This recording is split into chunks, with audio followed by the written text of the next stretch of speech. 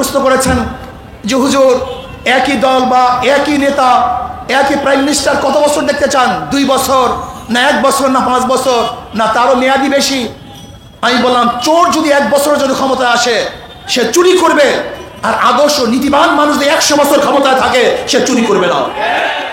এখানে কয় মেয়াদি ক্ষমতায় থাকবে এইটা দেখার বিষয় নয়, ক্ষমতায় কে থাকবে সেটা দেখার বিষয়। আজকে আমি জনগণকে বলবো, আসুন, জীবনভর সোনার বাংলা দেখেছেন, নতুন বাংলা দেখেছেন, সবুজ বাংলা দেখেছেন, ডিজিটাল বাংলা দেখেছেন, ইসলামের বাংলা দেখেন নাই। আজকে 92% মুসলমানদের দেশে ইসলামের বাংলা দেখতে চাই, ইসলামের জন্য আন্দোলন করতে চাই, ইসলামের জন্য সংগ্রাম করতে চাই, যে আদর্শ নীতি মহিলাদেরকে মুক্তি দিবে। ইসলামী আন্দোলন বাংলাদেশ ঢাকা মহানগর দক্ষিণের আওতাধীন নিউ মার্কেট থানা শাখা কর্তৃক আয়োজিত আজকের এই গণসমাবেশে এখন প্রধান অতিথি গুরুত্বপূর্ণ ভাষণ প্রদান করবেন ইসলামী আন্দোলন বাংলাদেশের সংগ্রামী সিনিয়র নায়েবে আমির, এদেশের ইসলামী রাজনীতির অন্যতম আইডল, স্বৈরাচার বিরোধী আন্দোলনের অন্যতম সফল রূপকার, রাজপথের লড়াকু সৈনিক, সংগ্রামী জননেতা আল্লামা মুফতি সৈয়দ মোহাম্মদ ফয়জুল করিম শাইখে চরমনাই হাফিজাহুল্লাহ।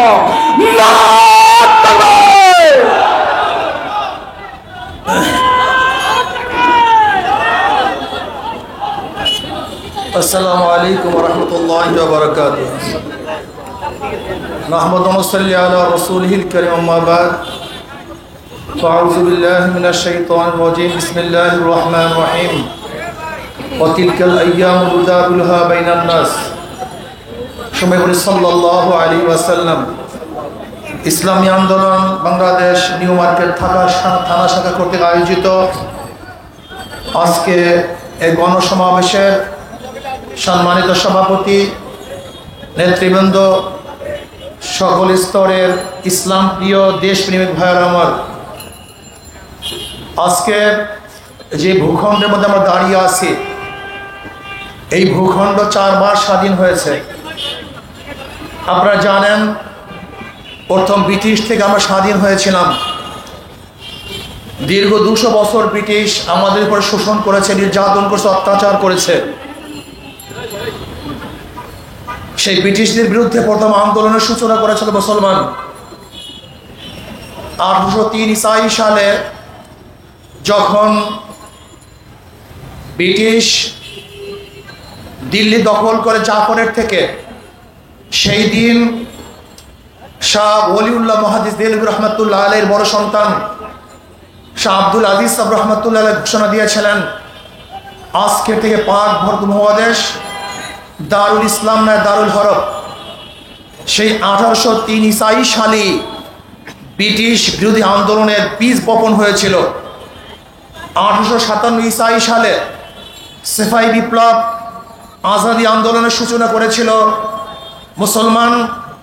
সেখানে নেতৃত্ব প্রদান করেছিলেন হাজী ইমদাদুল্লাহ মুহাজির মক্কি রহমতুল্লাহ আলাইহি, রশিদ আহমদ গঙ্গুর রহমতুল্লাহ আলাইহি, কাসেম নামতুর রহমতুল্লাহ আলাইহি সহ হাজারো উলামায়ে কেরাম। মুসলমানরা রক্তের ভিত্তিতেই এদের স্বাধীন হয়েছিল। আজকে মুসলমানদের অনেকেরই জানা নাই ব্রিটিশ হটাও আন্দোলন মুসলমানদের কি ত্যাগ ছিল। শুধু এতটুকুই বলতে চাই, ব্রিটিশ হটাও আন্দোলনে শুধু আলেম শাহাদত বরণ করছে 80,000 আলেমকে শাহাদত বরণ করতে হয়েছিল। আপনারা জানেন, চাকরি চর থেকে শুরু করে খায়বার পর্যন্ত এমন কোনো গাছ নাই যেই গাছের মধ্যে একজন আলেমকে ফাঁসিতে ঝুলানো হয় নাই। এই বাংলার মধ্যে 80,000 মাদ্রাসাকে ধ্বংস করা হয়েছিল। দিল্লির মধ্যে 1,000 মাদ্রাসাকে ধ্বংস করা হয়েছিল। হাজারো মানুষের রক্তের উপরে ব্রিটিশ এদেশ থেকে পালাতে বাধ্য হয়েছিল। ভেবেছিলাম এবার বৈষম্য দূর হবে, মানুষ মুক্তি পাবে, মানুষ স্বাধীন হবে। কিন্তু আমরা কি দেখলাম? ভারতের সংখ্যাগরিষ্ঠ হিন্দুরা আমাদের সাথে বৈষম্য করতেছে, মুসলমানদের অধিকার ফিরিয়ে দিচ্ছে না। মুসলমানরা ভাবছে আমাদের জন্য আলাদা এক ভূখণ্ডের প্রয়োজন, আলাদা এক দেশের প্রয়োজন। মুসলমান একমাত্র ধর্মের ভিত্তিতেই আবার পাকিস্তান নামে একটা দেশকে 47 স্বাধীন করেছিল। আপনারা জানেন, ভারত থেকে এই দেশ ভাগ হওয়ার পিছনে ঋতুর কোনো কারণ ছিল না, ভৌগোলিক কোনো কারণ ছিল না, ভাষার কোনো কারণ ছিল না। একমাত্র ভারত থেকে পাকিস্তান নামীয় একটা দেশ আলাদা হওয়ার পিছনে কারণ ছিল পশ্চিম পাকিস্তানের ওরাও সংখ্যাগরিষ্ঠ মুসলমান, পূর্ব পাকিস্তানের মানুষের সংখ্যাগরিষ্ঠ মুসলমান। এই দেশ ভারত থেকে ভাগ হয়েছিল একমাত্র ইসলামের কারণে, ধর্মের কারণে। মনে রাখতে হবে এই দেশ মুসলমানদের দেশ, অন্য কারোর দেশ নয়। দেশ মুসলমানদের অধিকার সমান, দেশ মুসলমানদের অধিকার সমান। যেরকম নওয়াজ সলিমুল্লাহ রহমতুল্লাহ আলাইহি 600 একর জমির মধ্যে আজকে মেডিকেল কলেজ, আজকে বুয়েট, ঢাকা ইউনিভার্সিটি অবস্থান করেছে। মনে রাখতে হবে স্যার সলিমুল্লাহ রহমতুল্লাহ আলাইহি অক্ষুকৃত জমিতে আজকে ইউনিভার্সিটি মুসলমানদের, কিন্তু পড়ার অধিকার সবার। রাস্তা করছি আমি, চলার অধিকার সবার। বাজার আমার, বাজার করার অধিকার সবার। মনে রাখতে হবে দেশ মুসলমানদের অধিকার সবার। ভেবেছিলাম এবার বৈষম্য দূর হবে, মানুষ শান্তি পাবে, মানুষ মুক্তি পাবে। আবারও আমরা কি দেখলাম? পশ্চিম পাকিস্তানিরা পূর্ব পাকিস্তানের সাথে বৈষম্য সৃষ্টি করেছে, অধিকার হরণ করেছে, বাক শক্তিকে, কণ্ঠকে তারা চেপে ধরেছে। আবারও পূর্ব পাকিস্তানের মানুষরা আন্দোলন করেছে, সংগ্রাম করেছে। 71-এ আমরা স্বাধীন বাংলাদেশ পেলাম। এবার ভাবছি আমরা বৈষম্যহীন হয়ে যাব, আমাদের বৈষম্য থাকবে না, সবার অধিকার ফিরে পাবে। জেলে তাঁতি, মজদুর, শ্রমিক, ঋষি, কামার, মুসলমান, হিন্দু সমস্ত জনগণ স্বাধীন মুক্ত, সবার অধিকার ঠিক থাকবে। অন্যের অধিকার, বস্ত্রের অধিকার, বাসস্থানের অধিকার, শিক্ষার অধিকার, চিকিৎসার অধিকার সমান থাকবে। কিন্তু আমরা কি দেখলাম? 71-এ এত মানুষ জীবন দেওয়ার পরেও বৈষম্য চলতেছে। জেলের আজকেও তাদের অধিকারের জন্য আন্দোলন করে, আজকেও 53 বছর পরেও আজকে আমার শ্রমিকরা তাদের অধিকার আদায়ের জন্য জীবন উৎসর্গ করে। আজকেও আমার মা বোনদের চেহারার উপরে এসিড নিক্ষেপ করে তাদেরকে ধ্বংস করে ফেলা হচ্ছে। আজকে আমার মা বোনদেরকে বাসের মধ্যে ধর্ষণের শিকার হচ্ছে। আজকে আমার মা বোনদেরকে ধর্ষণ করা বলে হত্যা করা হচ্ছে। আজকে আমার মা বোনদের অধিকার ফিরিয়ে দেওয়া হচ্ছে না। আবার আমরা আন্দোলন করলাম, সংগ্রাম করলাম, দুর্নীতি হটাও, সবুজ বাংলার মানুষকে মুক্তি দিবে, নতুন বাংলার মানুষকে মুক্তি দিবে, সোনার বাংলা মানুষকে মুক্তি দিবে, ডিজিটাল বাংলা মানুষকে মুক্তি দিবে। কিন্তু আমরা কি দেখলাম? মানুষের মুক্তি আসে নাই, মানুষের শান্তি আসে নাই, সব জায়গায় বৈষম্য। আবারও 2024 5ই আগস্ট ছাত্র জনতা আন্দোলন করেছে বৈষম্য দূর করার জন্য। কিন্তু কি দেখলাম?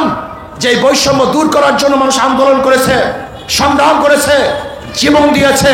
কিন্তু 5 তারিখের পরে আবারও লুট, আবারও পাট, আবারও ধর্ষণ, আবারও জুলুম, আবারও অত্যাচার, আবারও চাঁদাবাজি। না, এই বাংলাদেশ আমরা দেখতে চাই না।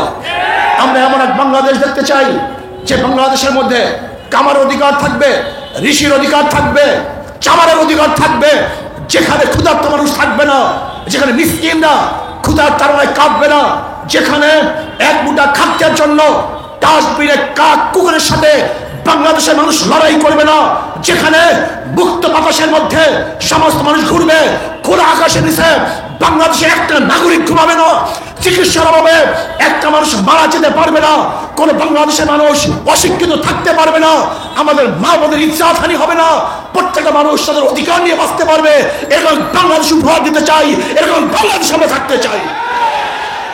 ভাই আমার হচ্ছে না কেন? কারণটা কি?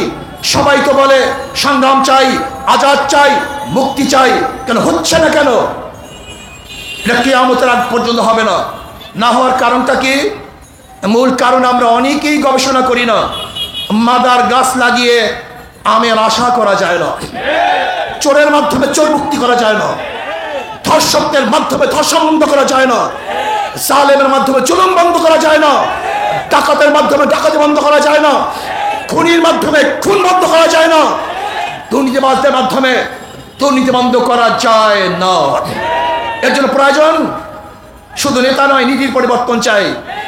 ওসি চলে যায় কিন্তু ঘুষ বন্ধ হয় না, এসপি পরিবর্তন হয়, ঘুষের পরিবর্তন হয় না, ডিসি পরিবর্তন হয়, দুর্নীতি পরিবর্তন হয় না। কারণটা কি? এর কারণ হলো ডিসি পরিবর্তন হয়েছে, আদর্শ পরিবর্তন হয়নি। এসপির পরিবর্তন হয়েছে, আদর্শের পরিবর্তন হয় নাই। যতক্ষণ পর্যন্ত যে আল্লাহকে ভয় করে, আল্লাহর সামনে হিসাব দিতে হবে, এই তাকওয়া ভিত্তিক নেতা যতদিন পর্যন্ত বাংলাদেশে নেতৃত্ব না দিবে ততদিন পর্যন্ত রক্ত দিবেন, সংগ্রাম করবেন, আন্দোলন করবেন, মুক্তি পাবেন না, আজাদি পাবেন না।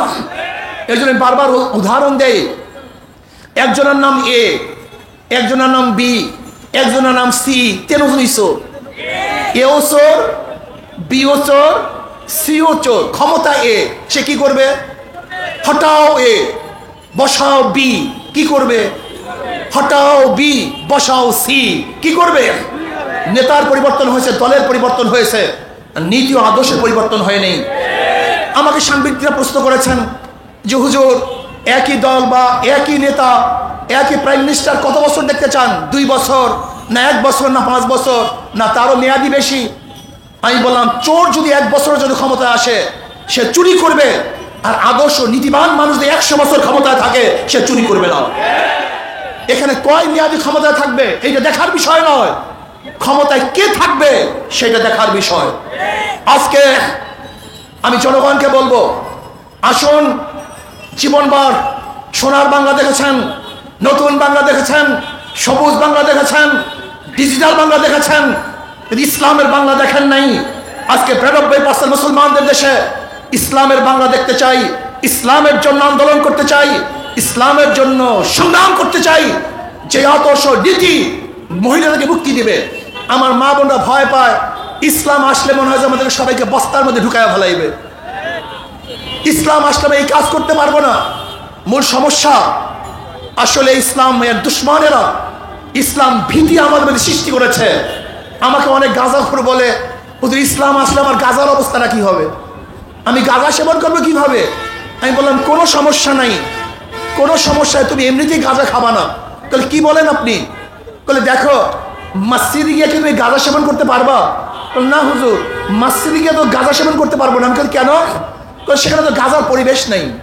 আমি বললাম, ঠিক ইসলাম ক্ষমতা আসলে গোটা বাংলাদেশকে এমন এক পরিবেশ সৃষ্টি করা হবে যেখানে গাঁজাখোর গাঁজা খাবে না, মদ পান করবে না, ধর্ষণ বন্ধ করে দিবে, ডাকাত বন্ধ করে দিবে, দুর্নীতিবাজ সাহস পাবে না। এবার বাংলাদেশ যদি করতে পারি তাহলে মানুষ মুক্তি পাবে, শান্তি পাবে, প্রত্যেকটা মানুষের অধিকার ফিরে পাবে। এই জন্য আসুন, সোশ্যালিজমের মধ্যে মানুষের মুক্তি নাই, ক্যাপিটালিজমের মধ্যে মানুষের মুক্তি নাই, সেকুলারের মধ্যে মানুষের মুক্তি নাই, সোশ্যালিজমের মধ্যে মানুষের মুক্তি নাই, ডেমোক্রেসির মধ্যে মানুষের মুক্তি নাই। একমাত্র মানুষের মুক্তি ইসলাম। ইসলামই একমাত্র মানুষকে মুক্তি দিতে পারে। Socrates, Plato, Aristotle, Montesquieu, Rousseau আর কার্ল মার্কস, মৌসুদের আদর্শ মানুষকে মুক্তি দিতে পারে না। একমাত্র জনাব মুহাম্মদ রাসূলুল্লাহ সাল্লাল্লাহু আলাইহি ওয়াসাল্লাম আদর্শ বাস্তবায়নের আগে মানুষ শান্তি পাবে না, মুক্তি পাবে না। কাজে আসুন, আগামী দেশ ইসলামের পক্ষের দেশ, আগামী শাসন হবে ইসলামী শাসন, যে শাসনের মধ্যে শুধু মানুষ নয় গোটা মাখলুকাত শান্তি পাবে। আল্লাহ আমাকে এবং আমাদের সবাইকে ইসলাম অনুযায়ী দেশ গড়ার, নিজেকে গড়ার তৌফিক দান করেন। আল্লাহ।